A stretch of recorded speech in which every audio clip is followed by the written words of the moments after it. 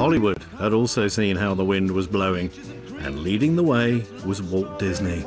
Looking to appeal to children and parents alike, Disney realised his new composers had to be au fait with the pop song.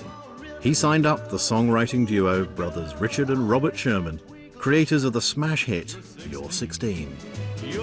So my dad challenged us to write pop music, and we started writing pop songs. And we had some big #1 hits with the rock and roll song. Uncle Walt wanted the brothers to bring their songwriting magic to a new Disney movie. He said, "You know what a nanny is?" We said, "Oh yeah, it's a goat. You want to do an animated film about a nanny goat?" No. He says, "No, it's an English nursemaid." Oh yeah, sure we can. So we read this enchanting series of stories. The challenge facing the brothers was not only to compose the songs for Mary Poppins, but to construct a story from these books. We were reading them with great alarm because we were saying, well, what's the plot? I mean, where is the storyline? It was not a storyline at all. It was just wonderful adventures with this magical nanny who comes in and does great stuff, and then she leaves. So we knew we had to do some quick thinking. We said, let's come in with a storyline. The brothers fused American pop with a more surprising tradition: English music hall.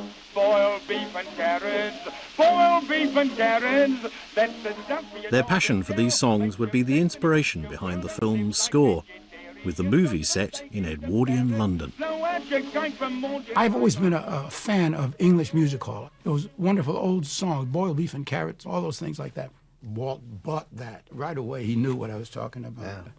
We were called in, and there were Walt Disney, all of them, singing Knees Up, Mother Brown, kicking their feet up in the air. And they're all out of breath, and Walt said, "Now, I want you to write me a song like this, right?" We said, "Yes, Walt, we'll write you a song like that." So we started with step in time, step in time, step in time, step in time. You never need a reason, never need a rhyme. Step in time, you step in time. Take your elbows.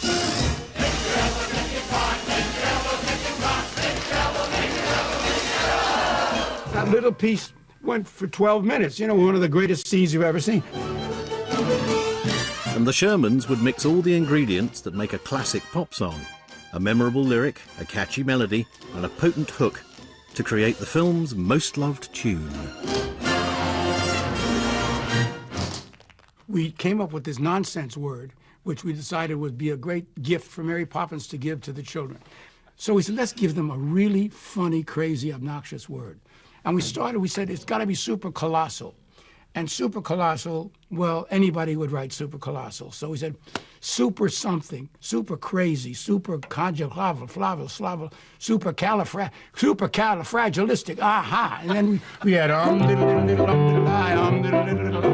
because I was afraid to speak when I was just a lad. Me father gave me nose a tweak, told me I was bad. But then one day I learned a word a sight we ain't a nose. The biggest word you ever heard, and this is how it goes. Oh, supercalifragilistic, even though the sound of it is something quite atrocious. If you say it loud enough, you'll always sound precocious. Supercalifragilistic,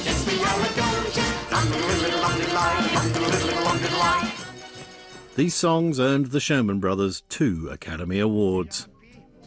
I've reached the top and had to stop, and that's what's bothering me. And their knack for writing pop tunes would underlie the huge success they went on to enjoy with other classic Disney movies, like The Jungle Book. I'm tired of walking around, oh, ooby-doo. I want to be like you. I want to walk like you, talk like you. The Shermans had applied their pop sensibility to reinvigorate the animated musical.